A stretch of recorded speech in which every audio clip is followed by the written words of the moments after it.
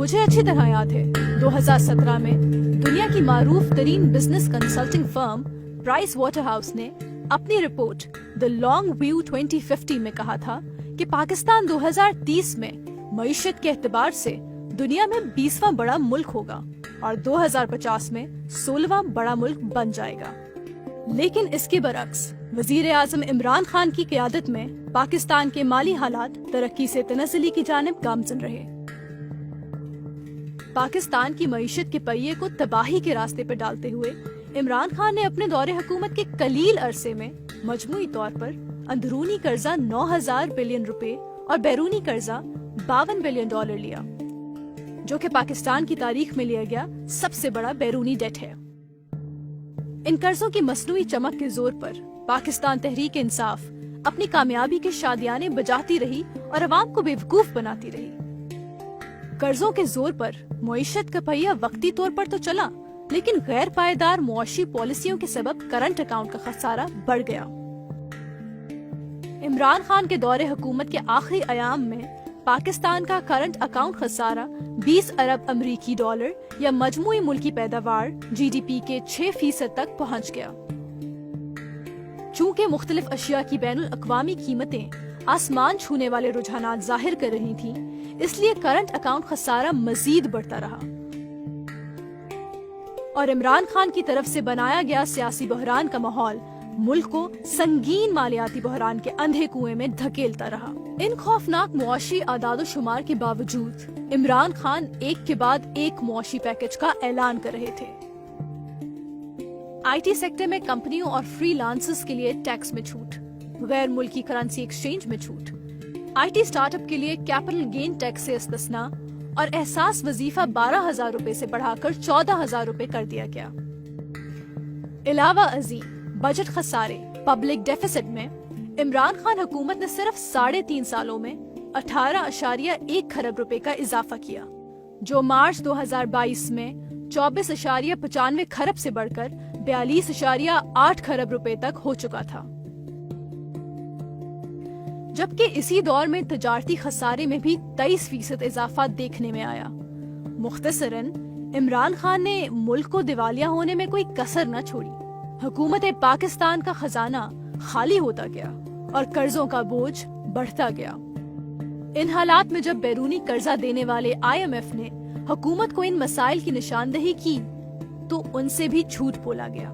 IMF سے کیے گئے معاہدے کے مطابق پیٹرولیم کی لیوی 70 روپے کی ہونی چاہیے تھی، لیکن عمران خان کی حکومت نے اپنی سیاسی ساکھ کو ملک کی ساکھ پر ترجیح دی اور صرف 5 سے 10 روپے کی پیٹرولیم لیوی لگائی. نتیجتاً نہ صرف پاکستان کی ساکھ کو نقصان پہنچا بلکہ شرح مبادلہ اور زرع مبادلہ پر طویل المدتی منفی اثرات پڑے اور افراط زر پر دباؤ بڑھا. پاکستان کی معیشت کے تابوت میں آخری کیل عمران خان نے 28 فروری 2022 کو ٹھوکا، جب انہوں نے IMF سے کیے گئے معاہدے کی خلاف ورزی کرتے ہوئے پیٹرولیم مصنوعات کی قیمتوں میں 10 روپے فی لیٹر اور بجلی کے نرخوں میں 5 روپے فی یونٹ ان بجٹڈ یعنی بجٹ میں نہ شامل کمی کا اعلان کیا، اور اعلان کیا کہ آئندہ بجٹ تک پیٹرول اور بجلی کی قیمتوں میں کوئی اضافہ نہیں کیا جائے گا. اس غلط پالیسی کے نتیجے میں ملک کو 4 ارب ڈالر کا فوراً نقصان اٹھانا پڑا. نتیجتاً نہ صرف ملک کا خزانہ خالی ہوا بلکہ IMF کا حکومت کے وعدوں پر کانفیڈنس ختم ہو گیا اور دیگر بین الاقوامی اداروں کی نظروں میں پاکستان کی ساکھ کو ناقابل تلافی نقصان پہنچا. ان تمام اقدامات کا واحد مقصد پاکستان کو معاشی تباہی کے راستے پر ڈالنا تھا.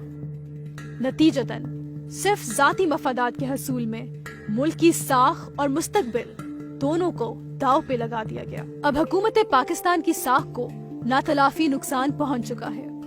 IMF جو حکومت کی صرف یقین دہانی کرانے پر قرضہ دے دیا کرتا تھا، اب ثبوت طلب کرتا ہے اور ڈیمانڈ کرتا ہے کہ پہلے شرائط پر عمل کرو پھر معاہدہ کیا جائے گا. مزید برآں عمران خان نے خطرناک حد تک بے وقوفانہ معاشی فیصلوں کے ساتھ ساتھ سیاسی دھکم پیل کا میدان بھی سرگرم رکھا. پارلیمنٹ کے بجائے سڑکوں پر معاملات حل کرنے، بات چیت کے بجائے گالی گلوچ کا کلچر عام کرنا اور ملک میں ایک سیاسی تناؤ کی کیفیت پیدا کر کے سیاسی عدم استحکام بھی پیدا کیا، جس کی وجہ سے معیشت مزید تباہ ہوئی. اگر مذکورہ بالا حقائق کو سمجھا جائے تو معلوم ہوتا ہے عمران خان نے اپنی دور حکومت میں ملکی مفاد کے بجائے سیاسی اور ذاتی مفاد کو ترجیح دی۔ اعلان کردہ نام نہاد فوائد کو مختصر طور پر ریلیف کے طور پر منایا، جس نے پاکستان کی مالی حالت کو تباہی کے دہانے پر پہنچا دیا۔ قرضوں سے ایسا مالی بوجھ پیدا کیا گیا جسے ہماری زوال پذیر ٹیکس مشینری برداشت نہیں کر سکی، جبکہ کسی قسم کی کوئی پروڈکشن ایکٹیویٹی نہیں بڑھائی گئی اور نہ ہی پبلک سیکٹر انٹرپرائزز کو فعال کیا گیا۔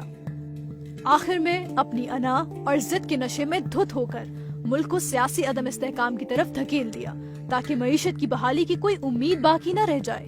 یقیناً یہ کوئی ملک کا دشمن ہی کر سکتا ہے۔ اصل رجیم چینج آپریشن 2022 میں نہیں 2018 میں ہوا تھا، جس کے ذریعے ایک یہودی ایجنٹ منافق اور انتشار پسند مسیحا کی بیس میں پاکستان پر نافذ کیا گیا، جس نے کرپشن کے خاتمے کے جھوٹے وعدوں سے عوام کو بے وقوف بنایا اور بیرونی آقاؤں کے حکم پر اس پاکستان کی معیشت کو زمین پر دے مارا۔ یہ وہی معیشت تھی جس کے بارے میں 2017 میں لوگ دنیا کی 24ویں بڑی معیشت اور آنے والے وقتوں میں 16ویں بڑی معیشت بننے کی پیش گوئی کرتے تھے۔ عمران خان نے وہ کام کر دکھایا جو کہ اس ملک کے ازلی دشمن بھی نہ کر سکے۔ پولیس آئی، انہوں نے اپنی پوزیشن سنبھالی اور یہاں پر آ کر جو رکاوٹیں قائم کی ہیں، اور رکاوٹیں قائم کرنے کے بعد دوبارہ پھر کارکن جو ہیں وہ آئے اور